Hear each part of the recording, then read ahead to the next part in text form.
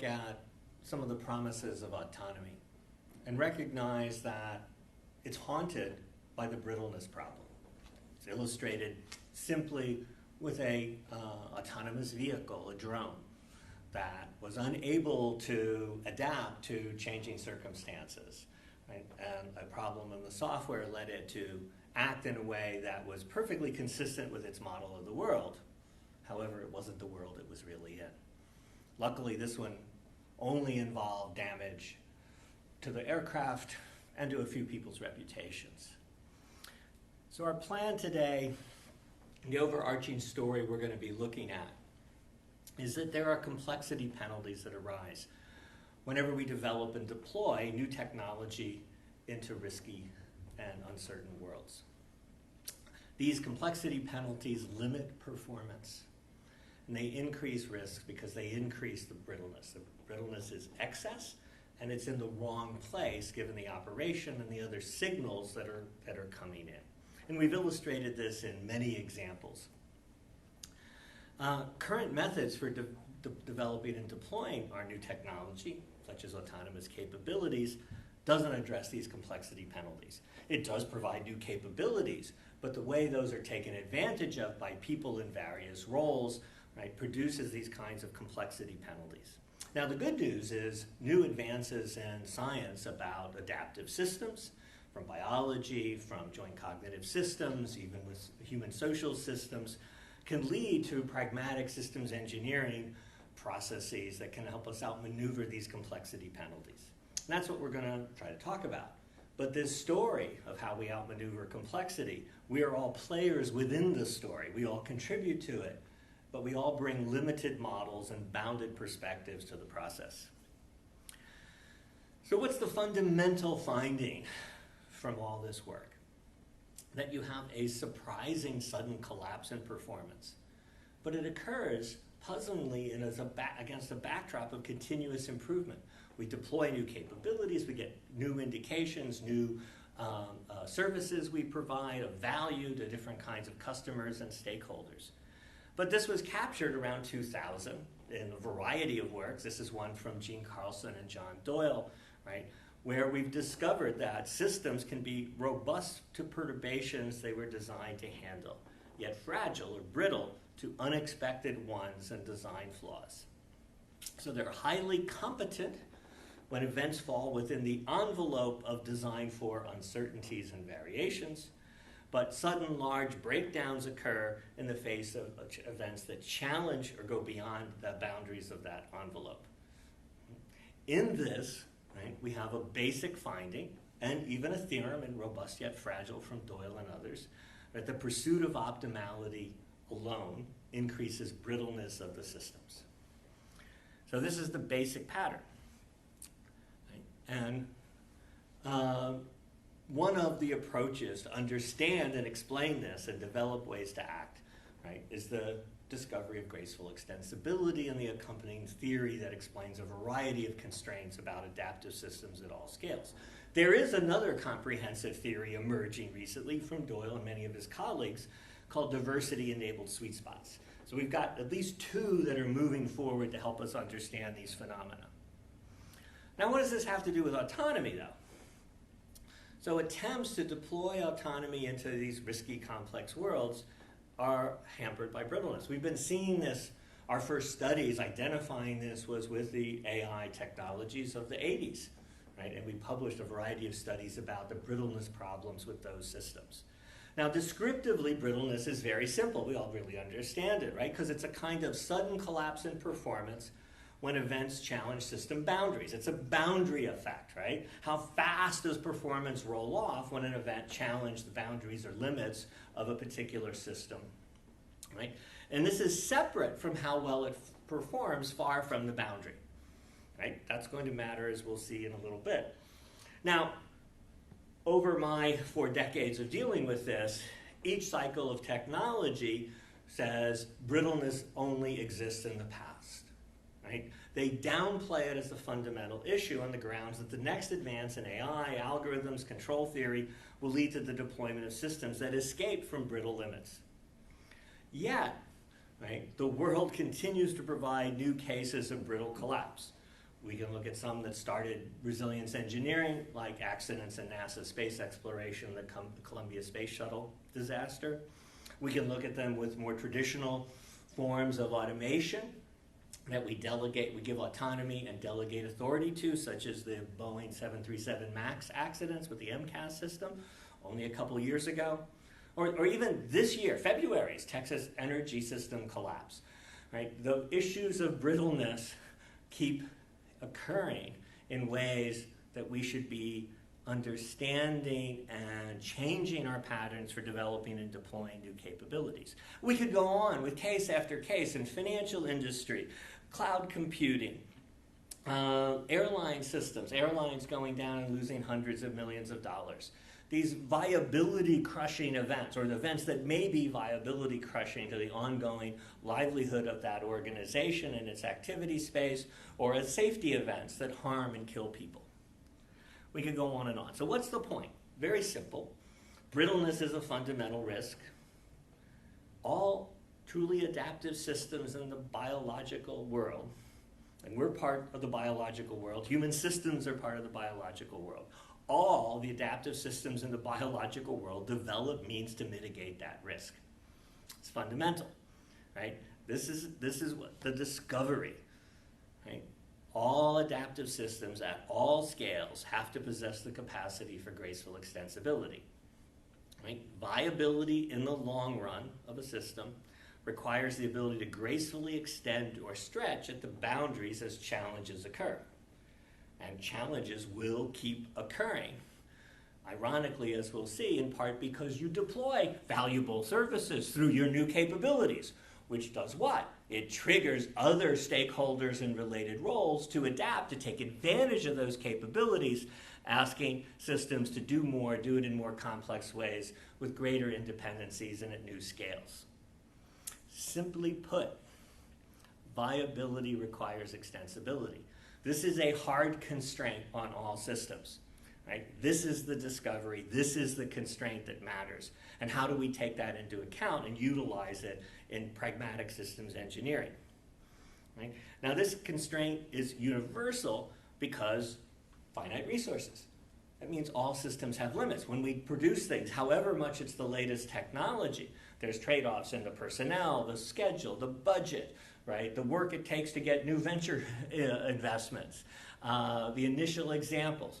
We're constantly making assumptions, we're making trade-offs. It's standard in systems engineering. It's part of the handbook processes. So we will experience surprise at the boundaries given continuous change, right, and those finite resources. What does this have to do with autonomy? The development of automata consistently ignores this constraint. It pretends it doesn't exist. And what do we get? Repeated demonstrations of brittle collapse. Now, we've got, and you as an audience can appreciate this from a control point of view. In particular, designers can violate the constraints on adaptive systems, just like designers can build a bad control system for the context and disturbances that play out in the variability in that world. But their systems cannot escape the consequences of violating these constraints. The result is we continually deploy autonomous capabilities in a way that produces excess brittleness in all the wrong places. All right? Systems is designed are more brittle than stakeholders realize, but fail less often because there's an ad hoc source of graceful extensibility floating around. It's called people. Right? As a biological system and as part of the biological world, some people in some roles adapt to fill the shortfalls and stretch system performance in the face of smaller and larger surprises. Right? They're the ad hoc source of the necessary graceful extensibility. So our real system, when we deploy autonomous capabilities, is that capability which does not exhibit graceful extensibility, plus some human roles provisioned in some ways to act as to add graceful extensibility and stretch at the boundaries. And this is what we observe and find when we study joint systems for the last 40 years. We see it over and over and over again. That's not what this talk is about. Our talk is about the implications of this new constraint. So what's our storyline? The science highlights paths to build systems with graceful extensibility, right? In particular, systems that have new autonomous capabilities. No machines so far, possess graceful extensibility. All biological systems, including people and human systems, possess some. Now, we can have, in case of human systems, where we fail to provision it, or we undermine the sources of how people demonstrate or add graceful extensibility. So there can be downsides. We can lose it. We can undermine it. It can be inappropriate. And of course, we can see this in a variety of kinds of settings, whether it's beyond surge capacity events in emergency medicine due to mass casualty events from accidents or other kinds of things. We see it a lot in the response to the pandemic as well. Designing systems with graceful extensibility actually draws on control engineering, as we'll see a little later. Right? So that has a history, and a history that goes back to 1950. Norbert Wiener, right, warning us about the dangers of literal-minded machines. We have a variety of findings. If we think about them in a new way, by combining them with how some of these biological systems demonstrate graceful extensibility, as well as when we see graceful extensibility in action from joint human technology systems. Now we're going to illustrate this with some recent outages in critical digital services. Why critical digital services? Because they represent layered networks, right? And as Doyle and others would claim, our topic here is layered networks or architectures for layered networks, organized complexity. And these networks demonstrate high autonomy and high authority. We delegate a lot of authority to the algorithms to act on their own when trouble arises. Our point is, machines, while they don't currently demonstrate any graceful extensibility, which matters a lot, they could be designed to possess some graceful extensibility. The problem is no one tries. So the goal of the talk is really simple: to recruit you to build teams, and we've got to solicit a little funding along the way. We've got to have some resources, right? If we can get provisioned with resources and build the right team, we can try. And I'm trying to illustrate this in the case that there are real possibilities for making this work for many kinds of systems at many scales. And this can have a dramatic impact on our facilitating our ability to deploy autonomous capabilities to have the positive effects, but not the offsetting consequences from the risk of brittle collapse. And then we'll review some of the key ideas about how we can do that practically. Now, to start this, we've got to back up. Everybody likes their definitions, right? And those usually generate fights. We've been fighting over what resilience means, and there's myriads upon myriads of ways to talk about it. But the key thing to remember about what we're going through is adaptive capacity, right? That systems have to be poised to adapt in a changing world, where even if you're well adapted to the variability and opportunities in that environment, the world will change, right? And when it changes, you need to be prepared to defend or take advantage of those changes. So adaptive capacity is a system's readiness or potential to change how it currently works, to change its models, to change its plans, to change its processes, to change its behaviors, to continue to fit changing situations, anomalies, and surprises. Right? So it's not how well your model is fit or how well it captures the world now. It's not how well your model captures the world now compared to previous models. Hey, I beat the last two. Right? What matters is your ability to revise that model when new evidence comes in that the world is changing in ways that challenge the boundaries and limits of it as a model or a plan or an algorithm or whatever.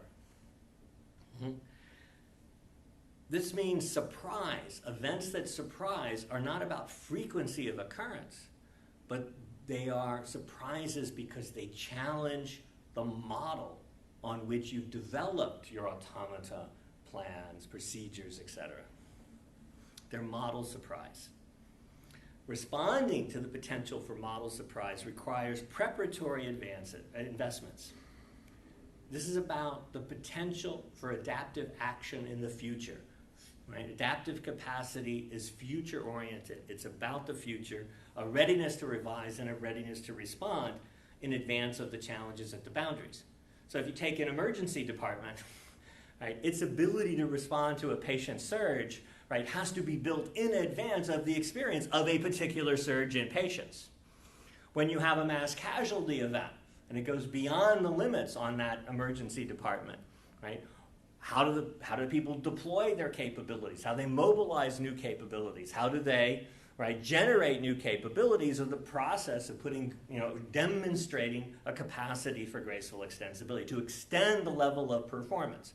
In fact, one of the best cases, if you want to read some of the literature, is to look at emergency departments for understanding the processes of adaptation, potential for future adaptive action, and graceful extensibility in action.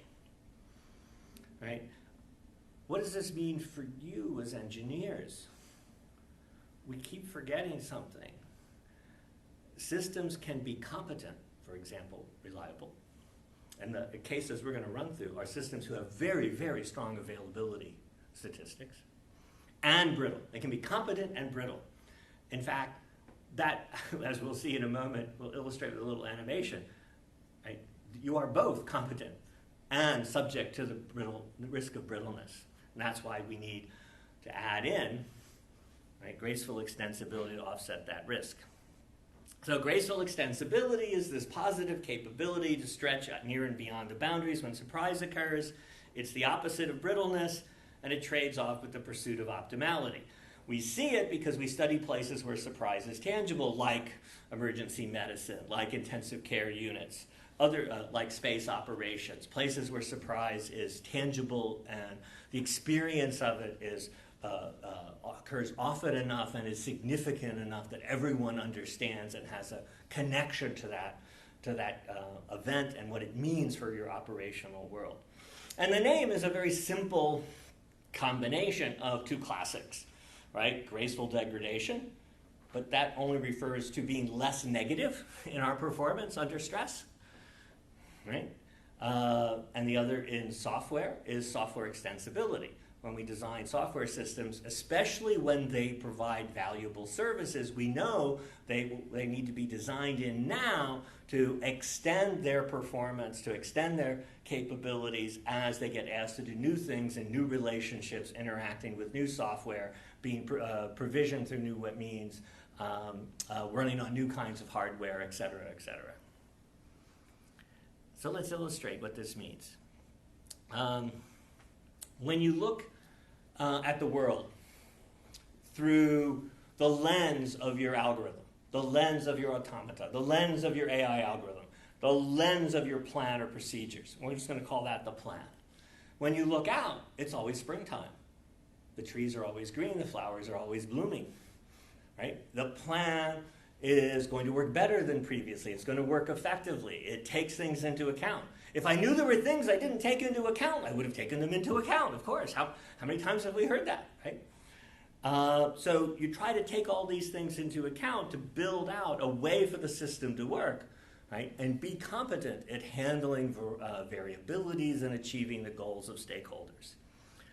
But what actually goes on is outside the boundaries of that planful activity, there's a threat. The dragons of surprise come up, and there are dragon tamers out there trying to keep them from burning down your forest and roasting all the flowers. Right? These are two things going on. Now, when we look at the people doing the taming the dragons of surprise, they're looking back at those developers and managers admiring their plan, going, hey, I could use a little help over here. Right? There's these exceptions, anomalies, and surprises that are occurring, and they're occurring regularly. They're not zero and then once in a while happen. No, they're happening as part of the regular flow of activity. But they're being handled, right? And that handling by people, right, is a demonstration of graceful extensibility. So take a very successful software company who provides software to provision critical digital services that then provision financial, airline, all kinds of different organizations. On the left, we have a map of their interdependencies. It becomes a spaghetti diagram as they grow. On the right, we have an example of their growth and projected future growth as a company. They're going to have more traffic, more stakeholders, more customers, more relationships over time. What we're referring to, again, and partly as we said at the beginning, the complexity penalties emerge as a result of success, which produces growth. Right? And that's a network with extensive and hidden interdependencies. Right? People in different roles will pursue advantage, right? Changing, extending, scaling up, right? To gain advantage from the new capabilities and valuable services you develop. Inevitably, brittleness and complexities emerge, and then other people adapt to fill the gaps, work around the bottlenecks, stretch performance as they experience new kinds of anomalies, surprises, and exceptions. Right, they're showing the necessary addition of graceful extensibility. So what do we got? Competent yet brittle, tangled layered networks under pressure. Graceful extensibility is a necessary but undervalued component.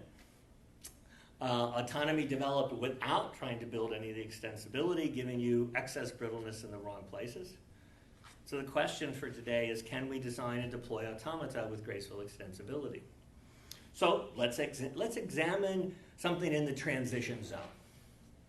In the transition zone. Right? Think of this like in archaeology, anthropology. We're digging up fossils and we're looking for transitional fossils on the way from early, from primates into hominids into Homo sapiens or something. We get all excited about a transitional fossil bones and what that means for how we make the transition. Only here, we're looking into the future. And we're saying, right, because we're all saying, hey, look at the future when we deploy all this autonomy and all the great things are going to happen. Well, the future is already here, and it's not as advertised. And you can see that future in how we keep these critical digital services working, and how sometimes outages are threatened but managed, and how sometimes it goes so far as to actually have an outage of that valued service. And again, it's a high autonomy, high authority layered network. So our transitional zone examples are 2 Slack outages. Slack, something we all rely on, especially more so now, or a similar service like Slack, as a mechanism to interact during the pandemic as we move to more distributed and non-co-located forms of work and coordination. They had 2 outages late last year and early this year, so they're recent ones. I've done an amalgam, right, which is lossy because it's only based on the public sources, and I did the amalgam because each incident illustrates part of our story about how we get and lose graceful extensibility. So our background. Slack emerges, and by the way, if you know the story of Slack, it was an accident. It was actually a gaming company was being started. And in order to control their software and work together as a team, they built some software on the side relative to help them develop and push their gaming platform out to the potential customers and stakeholders. Well, the game disappeared, but the tool they built for developing the game persevered as Slack. So it initially started with Amazon Cloud Services, AWS, one account, one virtual private cloud, right? That was a great infrastructure for to build its capabilities on, but the customer base grew, tools evolved, more services, more infrastructure, right? Slack owned some, Amazon owned other parts. Forms of saturation appeared. Saturation. I go back to that animation, right? What happened, right, is disturbances arise which challenge the limits, right? So think of it as a continuous control problem. We start to saturate our ability to act in the face of those challenges. We run out of capacity to continue to maneuver in the face of those events, right? Well, saturation is a basic concept in control engineering. It's in the textbooks. Well, we'll come back and revisit that in a minute because now we're going to interpret it in a different way, or a more expansive way, more properly. So as these forms of saturation emerge, you get rate limiting stuff on the Amazon side, you get problems arising in the cognitive costs. Some of those are related to the business aspects of growth. Some were related to simply keeping track of how this increasingly complex system even works, and partly because of the multi-party scopes of responsibility interacting. So they adapt. They gained more resources. Well, again, some of that was from the Amazon side. That led to even more overlapping between the different parties, more interdependencies across different scopes. More growth occurred, more saturation appeared. You hear things about the load on the network engineers, a nightmare to manage, how it was fragile, where small issues could spawn large troubles that threatened outages. The admin overhead rose, all of which contradicted what upper management thought would be as we matured. All this should get cheaper, all this should get smoother, all this should get less important. Again, new rounds of adaptation happened, grabbing more capabilities, increasing the complexity. The tangles in the layered network kept growing. Right? So let's look at essentially what happens. We're going to go through it in more detail. There's a triggering event, right, which turns out to be crossing, in one of these cases, the two scopes of responsibility. So on Sunday, it's the lowest usage of Slack. Monday morning, what does everybody do whose work depends on Slack? They get on to look messages, send messages, what's going on, and updating. So the transition from Sunday night to Monday morning is the highest, is the strong transient on the system, right? Big transient. Well, Slack has designed this to work across this transient, to handle that challenge. All right? Over time, the Amazon side, right, given the way it was set up and made changes to serve, given the level of service that Slack paid for, right, the gateways on its side couldn't handle it. It couldn't keep up with the rate of requests. Right? And that started, as that component, functional component saturated, right, the saturation started to cascade and spread and affect other parts of the system. Much later in the process, you see it here with the web tier, a little cartoon to illustrate. Too many servers, too many open files, trying to provision too many things, too many calls. This happened in the systems trying to respond, right, to compensate for saturation in some place, right? And that led to other points of saturation in the system, which led to other things trying to respond to saturation, which interacted with the degraded network capabilities, right, which meant it was trying to do things, all of which put more overhead on an already degraded network. So the lessons are, we saw behavior of the functional components change at saturation, idling units, latency increases, dropping tasks. We saw working at cross purposes between different components trying to adapt, either because it was saturated or because it was trying to respond to saturation somewhere. Misplaced local adaptations for both provisioning and deprovisioning resources to different actors. It was very difficult to see behavior near or at saturation by any monitoring capabilities, especially for the people. The automated compensation helped. The system kept working for customers even in degraded performance for quite a while. But it also hid what was going on. It was hard to understand the pattern of saturation and what kinds of effects and responses that was triggering and how those were spreading through the network. The strange loop behavior. Right? There were two examples in these incidents. Right? On the Amazon side, there were too many instances of some resources, so they deprovisioned them, which cut off some of the sessions the incident responders were running trying to diagnose what was going on. People were critical in the final analysis to pull everything together and resolve the situation. And afterwards, right, what's the most common expression reflecting on what happened? I didn't know it worked that way. Right? What does this all illustrate? It illustrates that despite all our efforts, or actually because of all our efforts to build capabilities to provide valued services, systems are messy. Some people provide, or that's resilient performance, that source of graceful extensibility that's essential for systems to succeed despite their design. Right? Finite resources, change, pressures, snafus like these are normal. They happen all the time. In fact, Slack has lots of incidents. The difference in these two was they actually affected customers. Usually incidents that threaten outages are solved before there is any serious customer consequence, but they happen regularly. Whether looking through lenses of chemistry, biology, or sociology, more elaborate things build up through the combining of existing things, resulting in hierarchies of organizing.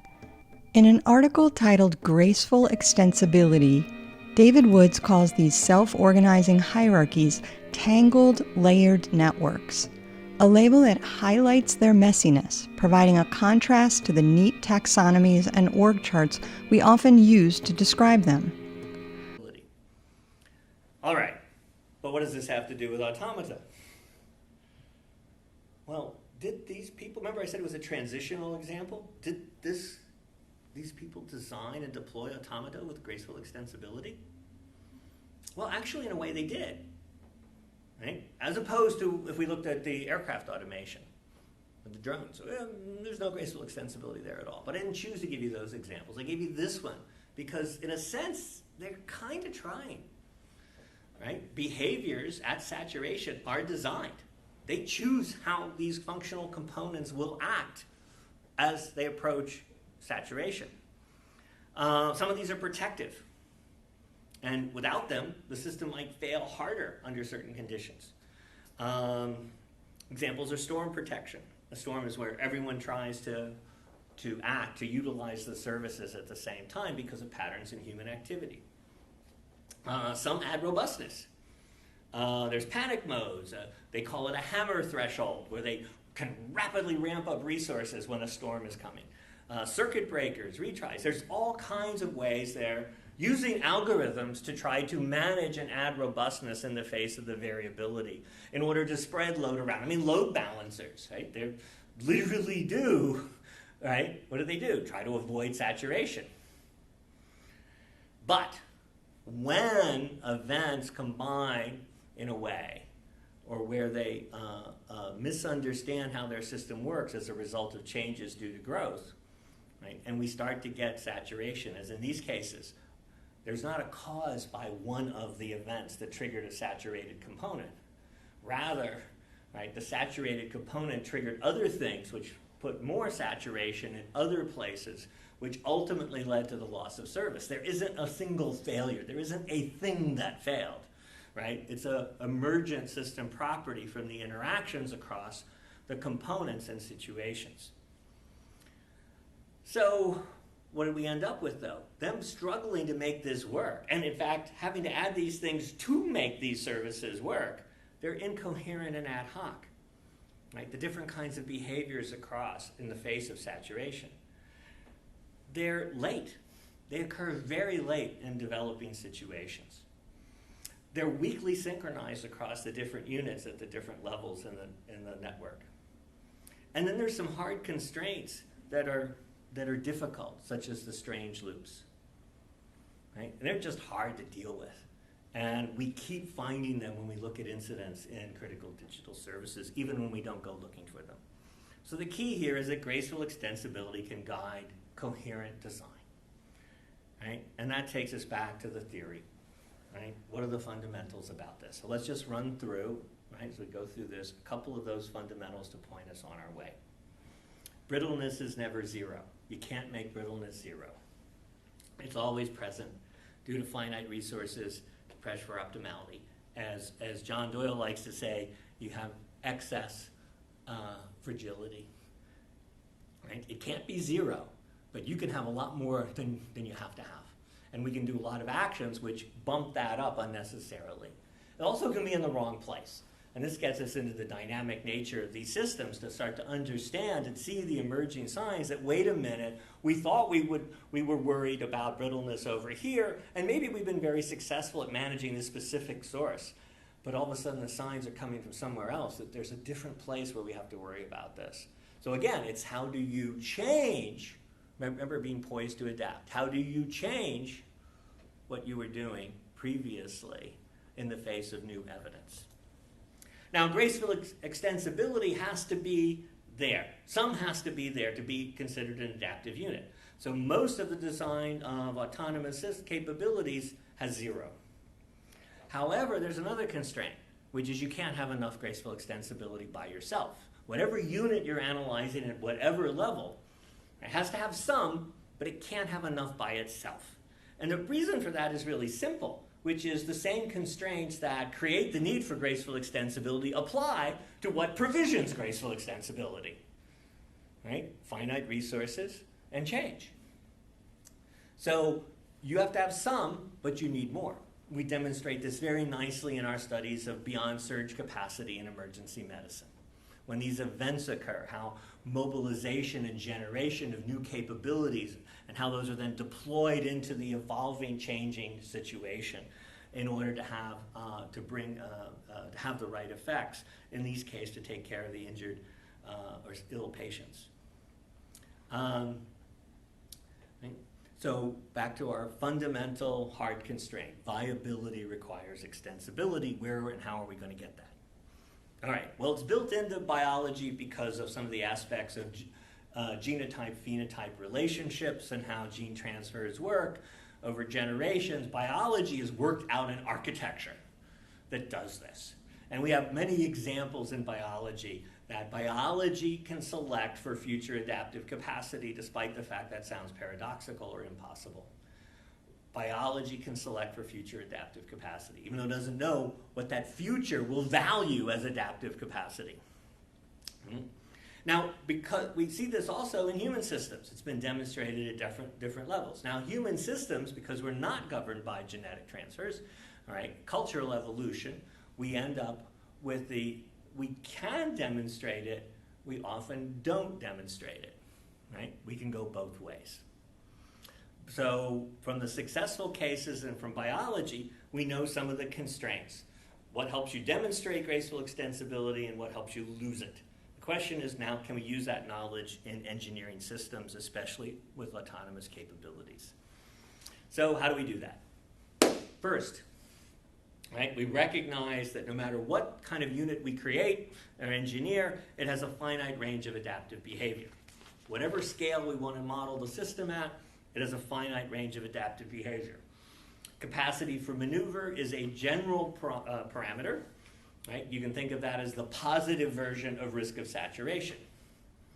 Right? Risk of saturation is fundamental. Right? Again, the textbooks have saturation in them, but they treat them as a correction for characteristics of physical sensors and actuators. Instead, we think of it now as a constraint on any kind of controller, any kind of adaptive system. It can run out of the capacity to maneuver in the face of upcoming and future challenges. Right? As demands increase, you can use up all of your capacity to act. This is easy to understand with a control system like on an airplane, where we have a fixed limit to how far the control surface can move. It just physically can't go any further. We can run out of the capacity for maneuver. Right?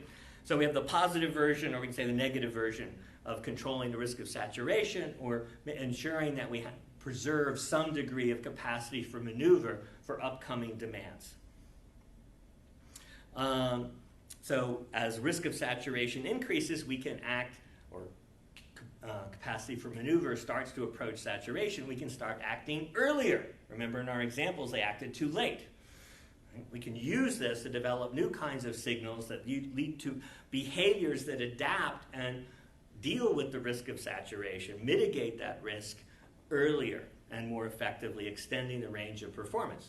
Graceful extensibility in action. Right? We can look at it in designing how we mobilize and deploy, or even sometimes have to generate new capabilities and insert them into an ongoing situation. We can see that and time that. How do you do it timely in sync with the tempo of operations? So if we think through the tempo of operations, we can again work out better policies, right? And of course, That's what the designers call in the Slack world and critical digital service world. A lot of the way they design these algorithms is to implement different policies. So we can come up with other kinds of policies that are more effective when we think through this process of how we're going to mobilize and deploy extra resources. So we've got a single parameter we can use everywhere and add it to, not replace, add it to the way we build our control mechanisms to make complex systems work.